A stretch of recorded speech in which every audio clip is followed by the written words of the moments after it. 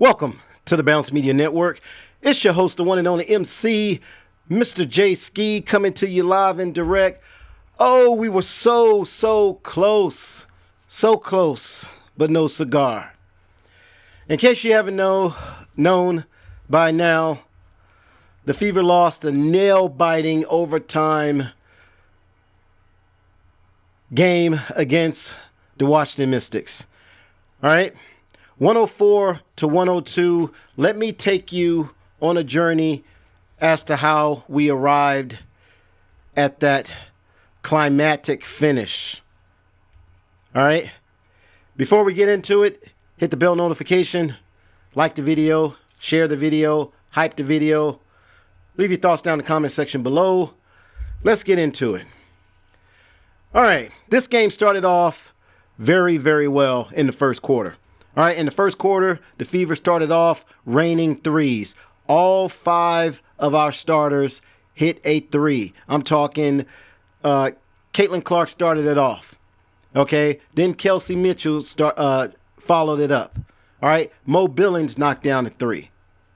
Okay, Sophie Cunningham knocked down a 3. Aaliyah Boston knocked down a 3. Everything was going well in the first quarter. All right, at the close of the quarter, no Clark. She sat out for rest. Things immediately began to get a little bit sloppy. All right. The offense became chaotic. All right. Multiple turnovers. All right. And that basically led us into the second quarter where we blew a 13-point lead. All right. We were up by 13 points and we blew a 13-point lead, and the Washington Mystics brought it within 1. I will tell you, from the midway point of this game, Kiki Irefin looked almost unstoppable. All right, she was having her way with Aaliyah Boston, doing everything she wanted to do in the paint. All right, she even knocked down a 3 to match the 3 that Aaliyah knocked down. All right, Kiki Irefin looked very good in this game. The Mystics started off making threes. They were down, and then they started raining threes in the second quarter. All right, Kelsey Mitchell got blocked by Shakira Austin, and it was a nasty block. Knocked her down to the floor. Okay, this was worse than the block that Cam Brink did on Caitlin Clark in the previous game with the Fever against the Sparks. Okay, this was a nasty block. All right, by Shakira Austin. All right, Caitlin was passing up she's passing on shooting many shots that she normally would have taken, previously in the past. All right, so she was looking very passive. All right, in the second quarter going into the third quarter. All right, Fever was missing everything. They were building a brick house, a brick building, skyscraper in the second quarter. They couldn't buy a bucket. Couldn't buy a shot. The second quarter was horrendous, to say the least. All right, the third quarter was pretty much the same as the second quarter. We couldn't buy a basket. All right, the offense was in disarray. Boston misses 2 free throws. It was bad. We were down by 10. Down by 10 in the third quarter. No Raven Johnson, nowhere to be found. Not very good. Not very good. I had to take some notes throughout the game. It was getting very stressful. All right. The fourth quarter starts. Still no Raven Johnson. All right. Caitlin Clark put on her cape. Caitlin Clark Kent put on the cape, and she said, you know what? I got this. Let me bring us back into the game. All right. CC starts off with back-to-back three-pointers. All right. After missing 5 three-pointers in the previous quarters, she starts off raining threes, and she hits 2 back-to-back three-pointers. All right. Then Monique Billings misses a wide-open layup off an assist by Clark. All right. Nasty work. Got my hopes up. We were within 1 point. It was 76-75 Mystics. Okay. We got it back within 1 point, and it was like 5.1 seconds left in the fourth quarter. All right. Then CC hits a three-pointer again, ties the game at 2.3 seconds. It's 89-89. We're 89 up. hope is not lost. Sonia Citron has the ball with 2.3 seconds left, hits a half-court shot, and it looked like all hope was lost, but she didn't. There was no time left on the shot clock. Okay, so she got it off, but not in time, and she made it, and there was a gasp in the audience in the stadium. You can hear it through my TV. Okay, so they waved it off. It didn't count. Perfect shot. She got it off.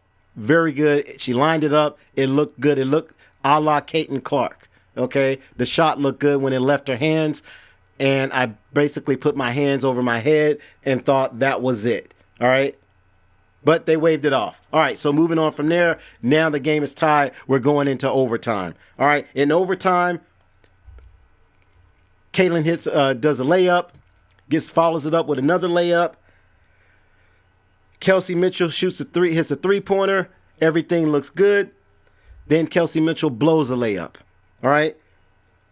Kelsey Mitchell misses 2 free throws. 2 free throws. Then Lexi Hull makes a 3.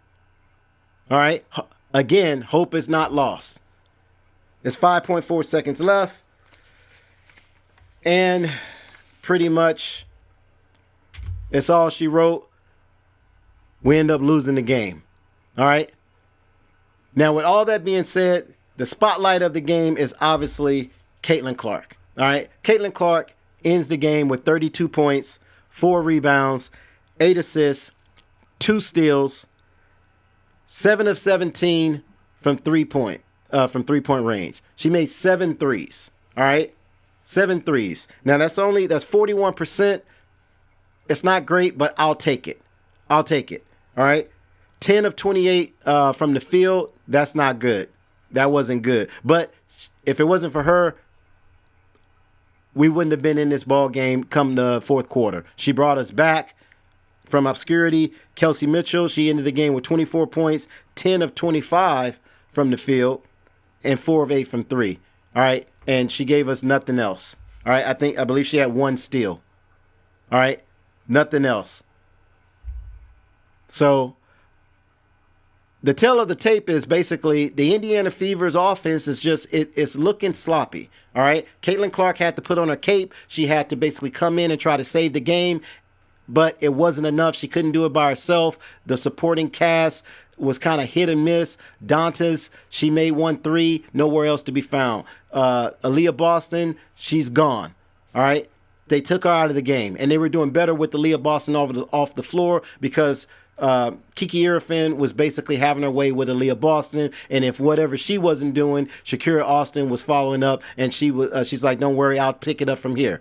All right, so Aaliyah Boston was almost a non-factor in this game, and the $6.4 million lady was nowhere to be found. I don't know what's going on with Aaliyah Boston, but to be honest, she's looking like trash.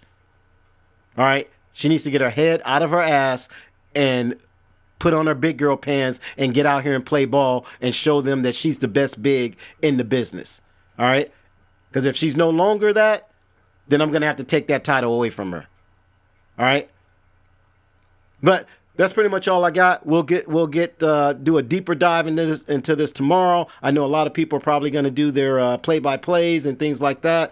But like I said, I kind of counted us out of this game in the third quarter. And then we started clawing our way back in the fourth. And then we went into overtime. And then we ended up ultimately losing the game. It would have been great to kind of end on a high note with the spectacular play that Caitlin Clark did in the fourth quarter alone. But it wasn't enough, and the better team won. All right?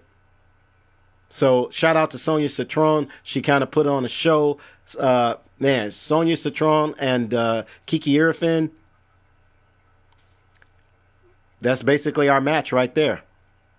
Sonia Citron, Kiki Irfin, supposed to be Caitlin Clark, Aaliyah Boston. All right?